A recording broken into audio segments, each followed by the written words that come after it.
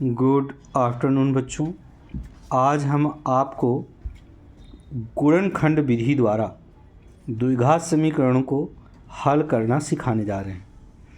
तो देखिए, सभी बच्चे इस वीडियो को ज़्यादा से ज़्यादा सब्सक्राइब करेंगे, लाइक करेंगे और बेल आइकन बटन को भी दबाएंगे, जिससे कि जो नए वीडियो हम बनाएं वो आप तक पहुँचे और ज़्यादा से ज़्यादा लोगों को शेयर भी करेंगे।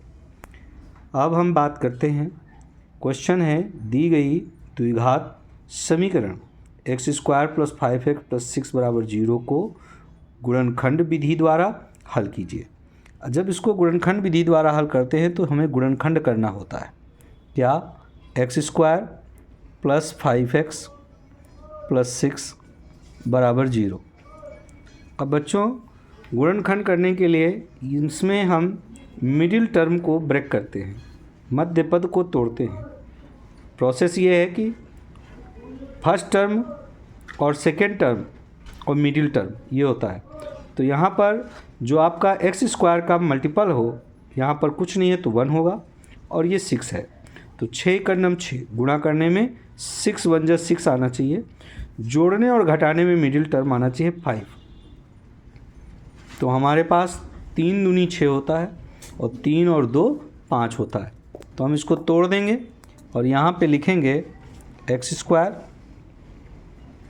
+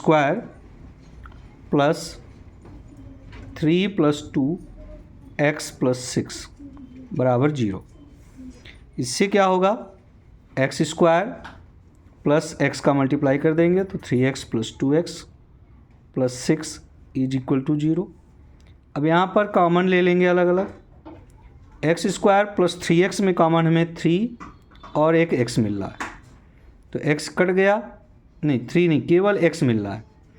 तो यहाँ पर x बचेगा और इधर x कॉमन हो गया तो 3 बचेगा और यहाँ +2 कॉमन मिल रहा है क्योंकि 2 के टेबल में 6 आता है। तो ये x बचेगा और 2 3 + 6, 3 बचेगा, तो ये बराबर 0।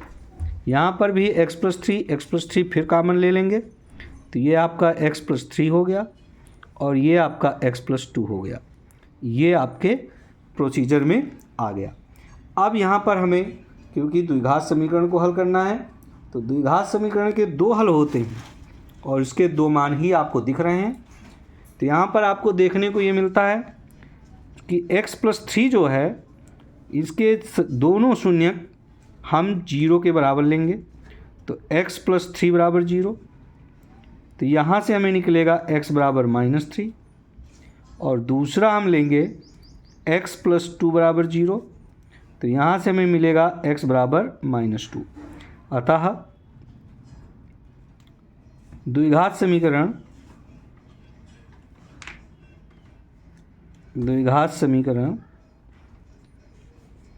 x² + 5x + 6 = 0 के हल क्या हैं? आपके पास 2 हैं, x = -3, -2। हमें 2 हल चाहिए, तो यहाँ पर दोनों हल प्राप्त हो गए। अब हम दूसरे क्वेश्चन की चर्चा करते हैं। इसी तरह का समीकरण 4x² - x - 5 = 0 को गुणनखंड विधि से हल करना है। तो यहाँ पर भी हम क्वेश्चन लेकर के चलेंगे। क्वेश्चन होगा हमारा 4x² - x - 5 = 0। फिर यहाँ पर वही काम करेंगे। 5 टर्म मतलब मिडिल टर्म आपका -x है, फर्स्ट टर्म आपका 4x² है, सेकेंड टर्म 5 है। तो 5 4 जा 20, मल्टीप्लाई करने में 40 आए, जोड़ने घटाने में 1 आए। तो आपको मालूम है 5 चौके 20, 5 4 जा 20, 5 में 4 घटा दो तो 1 बचता है। तो बच्चों 4x² और यहाँ पे लिखेंगे हम 5 - 4, x - 5 = 0।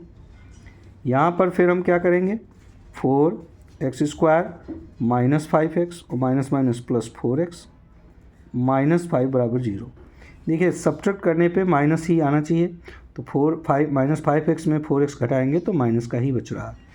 अब यहाँ फिर कॉमन ले लेंगे इन दोनों में। यहाँ पे आपको x कॉमन मिल रहा है तो ये हो जाएगा 4x -5 बचेगा क्योंकि x कॉमन हो गया, और यहाँ पे प्लस कुछ नहीं कॉमन मिल रहा है तो 4x - 5, जब कुछ भी कॉमन ना हो तो 1 कॉमन लेते हैं, तो 4x - 5, 4x - 5 इसमें कॉमन आ जाएगा, 4x - 5, और दूसरा क्या हो जाएगा x + 1, x + 1 ये भी बराबर 0। तो अब आपका यहाँ पर भी क्योंकि ये 0 के इक्वल हैं तो इनको अलग अलग कर लेंगे, 4x - 5 बराबर 0, जैसा कि अभी बताया था कि x + 1 बराबर 0। तो यहाँ पर 4x बराबर 5 होगा तो x बराबर 5/4 हो जाएगा, x की वैल्यू 1 हो गई, और ये x = -1 हो जाएगा। तो अतः द्विघात समीकरण के हल, अतः द्विघात समीकरण के हल, या हम इसको मूल भी कह सकते हैं क्योंकि द्विघात समीकरण के मूल निकलते हैं। तो ये आपके आया x बराबर, एक तो आया 5/4 और दूसरा आया -1, ठीक है। तो ये आपके द्विघात समीकरण के मूल प्राप्त हो गए। तो इस प्रकार से हम द्विघात समीकरण के सवालों को हल करते हैं।